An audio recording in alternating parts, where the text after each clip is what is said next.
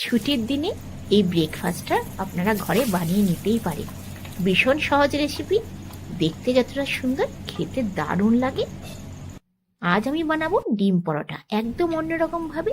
তা চলুন শুরু করা যাক। প্রথমে আমি নর্মাল আটা মেখে নেব, আপনারা চাইলে ময়দাও মাখতে পারেন।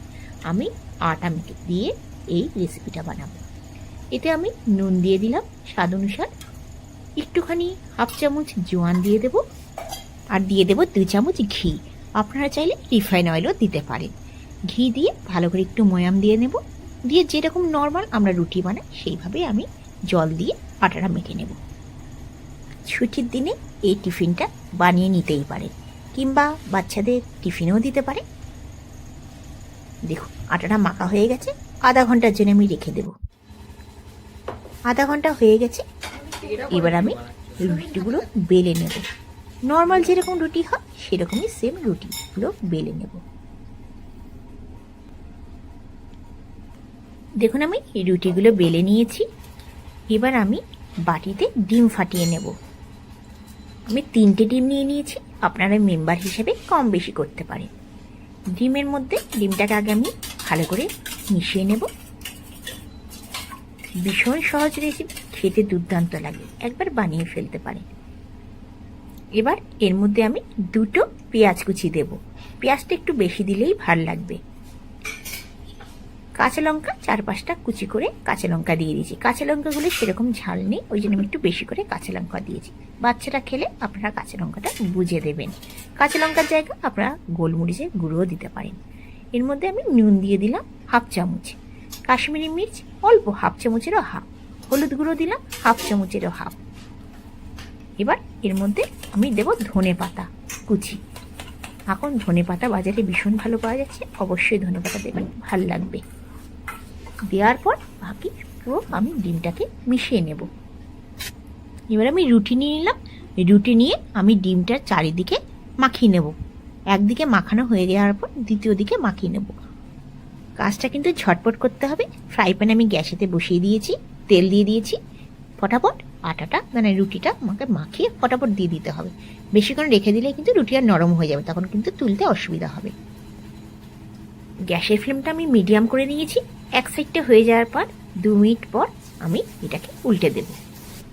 উপর থেকে আমি পেঁয়াজ কুচি, ধনে পাতা দেওয়া যে ডিমটা সেটা আমি 2-3 চামচ দিয়ে দেব। পুরো চারিদিকে আমি ছড়িয়ে দেব।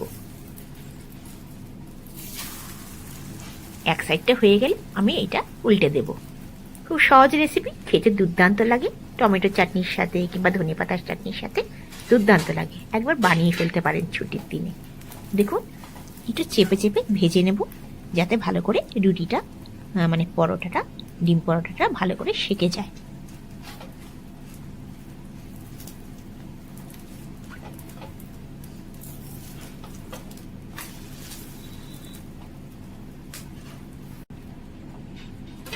সেম প্রসেসে আমি দ্বিতীয়টা বানিয়ে নেব। এটা খেতে দারুণ লাগে, একবার ঘরে বানিয়ে দেখবেন। বাচ্চাদের একটু আলাদা আলাদা অন্যরকমভাবে দিলে ওরা একটু খেতে পছন্দ করে। এইটা আটাও আছে, কোনো ময়দা নেই, আর ডিম আছে। সমস্ত সবজিও আপনি যদি পারেন শিমলা মির্চ ছোটো ছোটো করে কেটে চপারে, গাজরও কুচি দিয়ে দিতে পারেন। বাচ্চারা খুশি খুশিভাবে খেয়ে নিতে পারে। ছুটির দিনে একটু অন্যরকম সহজভাবেই রান্না আমরা পছন্দ করি। আমরা সেদিন একটু সানডের দিন কিংবা শনিবার দিনকে একটু রুটি সবজির থেকে একটু আলাদা বানালেই ভালো লাগে। এটাই কি, এটা আপনার ডিম পরোটা এই সহজভাবে বানালে এর সাথে আর কোনো সবজি দরকার নেই, শুধু শুধুই খাওয়া হয়ে যাবে। কিংবা একটু বাজারে এখন ধনেপাতা দারুণ পাওয়া যায়, ধনেপাতার চাটনির সাথে দুর্দান্ত লাগবে।